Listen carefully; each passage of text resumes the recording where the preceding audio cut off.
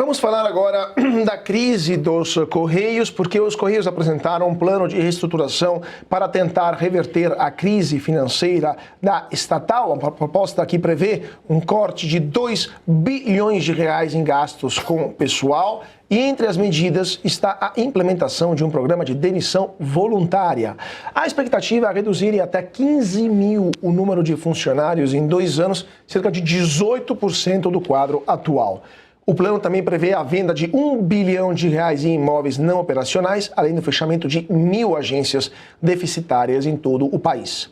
Segundo a direção da estatal, o objetivo é reverter 12 trimestres seguidos de prejuízos. Somente no primeiro semestre de 2025, o rombo foi de 4 bilhões e 300 milhões de reais. O plano inclui também um empréstimo de 12 bilhões de reais junto a um consórcio de bancos com garantia da União. A estatal afirma que a meta é voltar a ter lucro a partir de 2027. Flávio Gordon, os Correios estão quebrados, basicamente.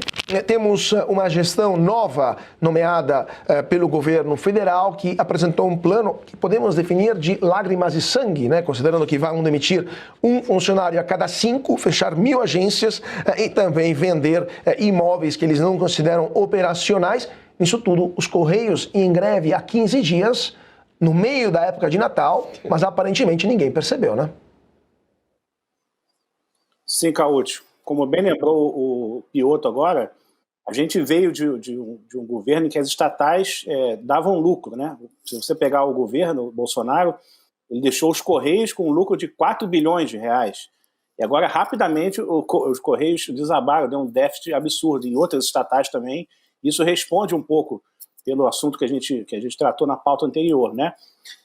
Essa mudança de gestão, se a gente compara com a gestão anterior, né, do antigo diretor dos Correios, o Fabiano Silva dos Santos, né, que é conhecido como churrasqueiro do Lula, ele deixou um rombo de simplesmente, ao longo só do ano de 2025, de cerca de 7 bilhões, 7,5 bilhões de reais, né, com decisões estapafúrdias de tirar parte do caixa para investir na Postales, né, o fundo de pensão de Correios e outras coisas do tipo, mas sempre guiado por aquela mentalidade que a gente estava falando há pouco tempo atrás, né?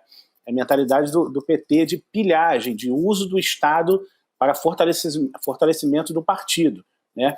E a gente, depois de uma vitória eleitoral que o PT, digamos, volta chancelado, como se tivesse redimido de tudo que fez no passado, obviamente esse apetite voraz vai vir à tona, né? E a gente está vendo o resultado disso, né? Porque a gente tem que lembrar, o PT, depois de Mensalão, depois de Petrolão, depois do Mensalão que começou com o escândalo dos Correios, né? Você lembra, aquele diretor da época foi preso, foi flagrado na Câmara recebendo propina ali ao vivo, na frente de todo mundo, era dos Correios. Isso inaugurou o Mensalão, a roubalheira dos Correios, né? E você vê que desde aquela época todos esses escândalos parecem ter sido redimidos justamente pela questão, não, o PT agora vai resgatar a democracia após o suposto período de fascismo e golpismo do Bolsonaro.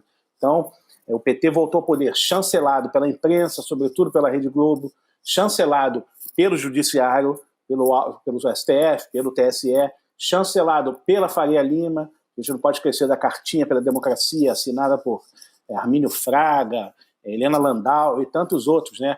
Ou seja, o partido que causou todo o rombo que a gente viu, inclusive no governo Dilma, o mais catastrófico de todos, volta chancelado como um salvador da democracia. O que é esperar? O que esperar de uma situação dessa? Um partido desse que volta ao poder com esse tipo de legitimidade e chancela.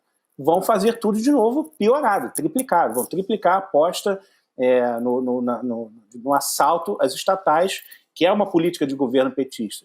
E a gente está vendo o que vai acontecer. A gente não sabe, essas medidas pontuais, demissões e tal, dificilmente vão reverter a causa do problema, que é essa mentalidade, né? A causa do problema vai permanecer. Daqui a pouco, troca esse diretor, bota um outro, a coisa vai continuar. Eles vão tomar medidas paliativas, mas a causa do problema, que é a mentalidade petista, de assalto ao Estado em favor de uma pauta político-ideológica, vai permanecer.